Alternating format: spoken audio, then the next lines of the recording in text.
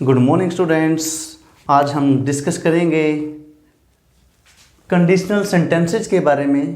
कुछ स्टूडेंट्स सोचते हैं कि टेंस में जो 12 टाइप हम करते हैं उससे हमारा काम चल जाता है, लेकिन आप देखेंगे कि टेंस का एक और फॉर्मेट है जिसमें हम कंडीशनल सेंटेंस यूज करते हैं। यानी कि कंडीशंस दी जाएंगे आपको, एक कंडीशन देखकर आप दूसरी कंडीशन को सेटिस्फाई करेंगे। किस प्रकार से करेंगे आप देखेंगे, कोई भी एग्जाम हो एक सेंटेंस आपको इसमें से ज़रूर मिलता है। बहुत इंपॉर्टेंट टॉपिक है conditional sentences, most important topic है, मोस्ट इंपॉर्टेंट टॉपिक है आज का। बड़े ध्यान से देखिए क्या है। 3 रूल आप अच्छे से याद रखेंगे। फर्स्ट रूल है कि अगर किसी भी सेंटेंस में इफ़ आ जाए, क्या आ जाए? इफ़। याद रखेंगे क्या आना चाहिए? इफ़। तो इफ़ के बाद आप यूज कर सकते हैं वर्ब की फर्स्ट फॉर्म या फर्स्ट फॉर्म के साथ में एस या ईएस। इफ के बाद क्या यूज कर सकते हैं? वर्ब की फर्स्ट फॉर्म और फर्स्ट फॉर्म के साथ में एस या ईएस। आगे आपको क्या मिलना चाहिए? Will, shall, can, may plus verb की फर्स्ट फॉर्म। ये मॉडल है। विल भी हो सकता है विल प्लस वर्ब की first form, shall plus verb की first form, can plus verb की first form, may plus verb की फर्स्ट फॉर्म। ये मिलेगा आपको। इनमें से या तो आपको ये कंडीशन एग्जाम में दी जाएगी या ये दी जाएगी, एक दी जाएगी और एक आप उसको सेटिस्फाई करेंगे। दोबारा देखिए, अगर किसी भी सेंटेंस में इफ आ जाए, इफ के बाद आप वर्ब की फर्स्ट फॉर्म या फर्स्ट फॉर्म के साथ में एस एस यूज कर सकते हैं। अगर आपको आगे क्या मिले? विल प्लस वर्ब की first form, shall plus verb की first form, can plus verb की फर्स्ट फॉर्म या फिर मे प्लस वर्ब की फर्स्ट फॉर्म मिल जाए। आपको पता है कि मॉडल्स के बाद ऑलवेज वर्ब की फर्स्ट फॉर्म का यूज किया जाता है। ओके, नाउ सेकंड कंडीशन दोबारा से फिर देखिए, अगर इफ आ जाए सेंटेंस के अंदर, क्या आ जाए? इफ। याद रखेंगे इफ के बाद क्या लगाना है आपको? वर्ब की सेकंड फॉर्म।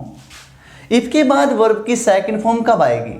अगर आपको आगे मिले, विल को चेंज कर देंगे वुड में, शैल को शुड में, कैन को कुड में, मे को माइट में। इनकी प्रेजेंट को चेंज कर दिया पास्ट में, तो वर्ब की फर्स्ट फॉर्म को चेंज कर दिया किसमें? वर्ब की सेकंड फॉर्म में। अब ये भी क्या है? सभी के सभी मॉडल है। Would, should, could, might plus verb की फर्स्ट फॉर्म का यूज करेंगे, वर्ब की फर्स्ट फॉर्म, बेस फॉर्म का यूज करेंगे।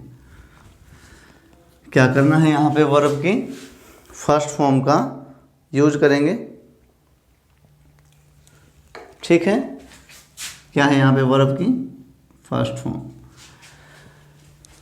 क्या समझे? अगर इसके बाद वर्ब की सेकंड फॉर्म लगाएंगे आप, तो आगे क्या मिलेगा आपको? Would, should, could, might plus verb की फर्स्ट फॉर्म। नेक्स्ट रूल देखिए, अगर सेंटेंस में इफ हो और इफ के बाद आप लगाएंगे हेड प्लस वर्ब की थर्ड फॉर्म।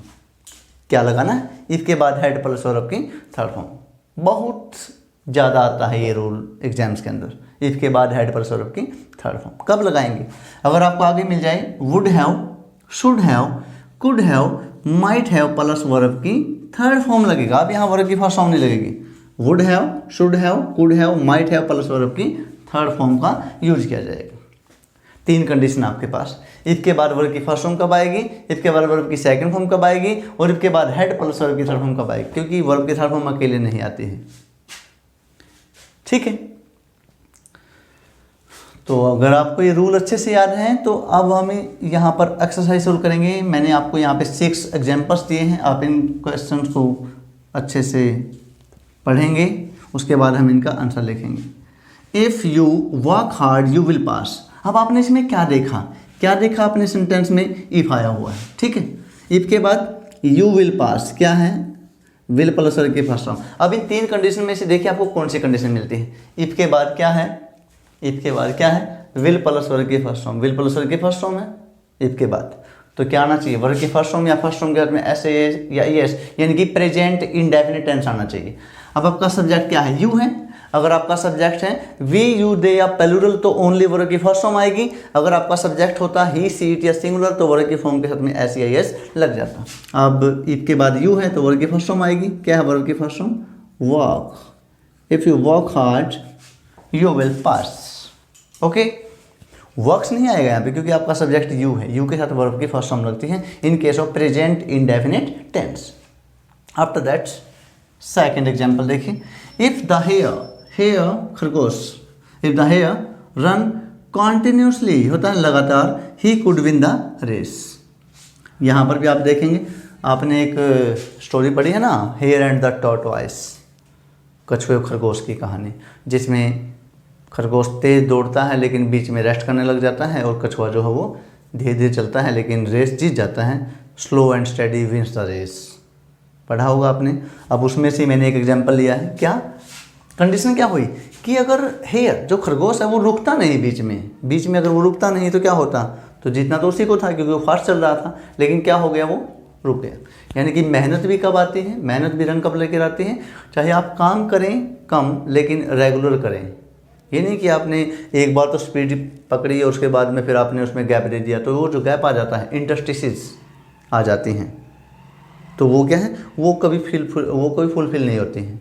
इसलिए काम हमेशा रेगुलर करना चाहिए। चाहे आप जैसे अभी आप इंग्लिश पढ़ रहे हैं तो आपका काम क्या है कि आप चाहे डेली जितना टॉपिक जाता है उसमें से बस उतना ही कीजिए, लेकिन कीजिए डेली। ये नहीं कि कल 2 टॉपिक एक साथ में कर लेंगे, फिर आप कहेंगे कि परसों तीनों के तीनों टॉपिक इकट्ठे कर लेंगे, और इस प्रकार से हमारा काम क्या है, ज़्यादा होता जाता है और हमारी जो कैपेसिटी से बाहर हो जाता है।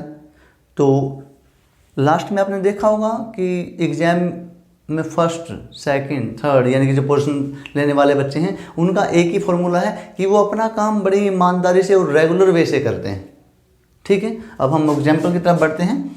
If she study hard if the hare run continuously he could win the race. यहाँ पर आपने देखा इफ़ लिखा हुआ है, इफ़ के बाद क्या है, could win.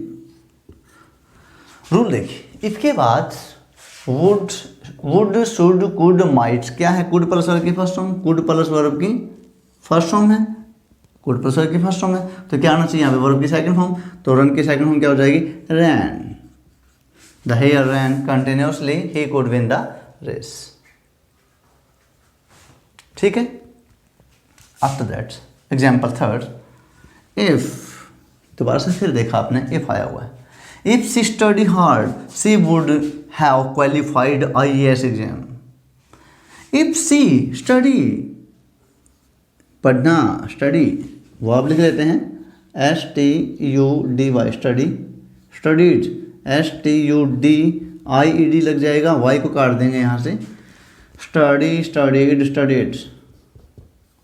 Okay, if she study hard she would have qualified, यहाँ पर एक वर्ब और आई है, क्वालिफाई, क्या QULIFY, क्वालिफाई, इसमें भी वाई से पहले एफ है, क्या कर देंगे, QUALIFIED, क्वालिफाइड एंड क्वालिफाइड। ठीक है, हो गया। इफ के बाद देखिए क्या है यहाँ पे, would have qualified, would have plus verb की थर्ड फॉर्म। यहाँ देखिए इफ के बाद would have, should have, could have, might have plus verb की थर्ड फॉर्म। तो देखिए क्या है यहाँ पे, वुड हैव के बाद वर्ब की थर्ड फॉर्म है, तो क्या आना चाहिए यहाँ पे, हेड प्लस वर्ब की थर्ड फॉर्म आना चाहिए। तो क्या लिखेंगे यहाँ पर, if she had studied STUDIED। अच्छे से रूल को पढ़ना फिर भरना है, ये नहीं कि एक बार आपने यहाँ पे गलत कर दिया फिर उसको काटेंगे दोबारा लिखेंगे। अच्छी बात क्या है कि आप रूल को अच्छे से पढ़ें। क्या है यहाँ पे, इफ़ के बाद क्या है, वुड हैव प्लस वर्ब की थर्ड फॉर्म। तो अगर किसी भी सेंटेंस में इफ़ है, इफ़ के बाद would have, should have, could have, might have plus verb की थर्ड फॉर्म है, तो क्या आएगा इससे पहले वाले सेंटेंस में, हेड प्लस वर्ब की थर्ड फॉर्म, यानी कि यहाँ पे आ जाएगा head studied. Okay, now example 4, if you had come. अब थोड़ा सा एग्जाम्पल को चेंज किया, इफ़ यू हैड कम, क्या है यहाँ पे, इफ़ के बाद देखो हेड प्लस वर्ब की थर्ड फॉर्म है ना, अरे हेड है, कम, केम, कम, थर्ड फॉर्म है, तो यहाँ पर क्या आना चाहिए, हेड प्लस, तो वुड हैव, शुड हैव, इनमें से कोई भी लगा सकते हैं। आप लिखेंगे इफ़ ही हैड कम, तो आप यहाँ पे लिखेंगे आई वुड हैव, और हेल्प की थर्ड फॉर्म क्या हो जाएगा, helped, I would have help. अगर आप ये लिखेंगे I could have help, I might have help, I should have help, no problem. ठीक है, क्या देखा आपने, इफ के बाद है हेड प्लस वर्ब की थर्ड फॉर्म, तो आगे आपने यूज कर दिया वुड हैव प्लस वर्ब की third form. Okay, now example number 5, आई वंडर्स। अब इसमें आप देखेंगे इफ जो बीच में लिखा हुआ है, बीच में है, आगे I wonder if I get tickets in advance. ये वंडर वर्ब है, वर्ब की फर्स्ट फॉर्म है, आई के बाद है, आई वी यू दे पजल के हाथ में वर्ग की फर्स्ट फॉर्म आती है। तो देखिए इफ वाले सेंटेंस में वर्ग की फर्स्ट फॉर्म है, इफ वाले सेंटेंस में वर्ग की फर्स्ट फॉर्म या फर्स्ट फॉर्म के हाथ में ऐसे यस, तो आगे क्या मिलेगा, will sell could will sell can में प्लस वर्ग की फर्स्ट फॉर्म, तो आई के हाथ में क्या लगा देंगे, आई शैल गेट, वर्ग की फर्स्ट फॉर्म आएगी। इफ वाले सेंटेंस में वर्ब की फर्स्ट फॉर्म दी हुई है तो आगे क्या लगा देंगे, आई के हाथ में शैल गेट, आई विल गेट भी लिख सकते हैं, नो प्रॉब्लम, कोई दिक्कत नहीं। आई कैन गेट भी लिख सकते हैं, आई मे गेट भी लिख सकते हैं, वो भी ठीक है, आना यही रूल चाहिए बस।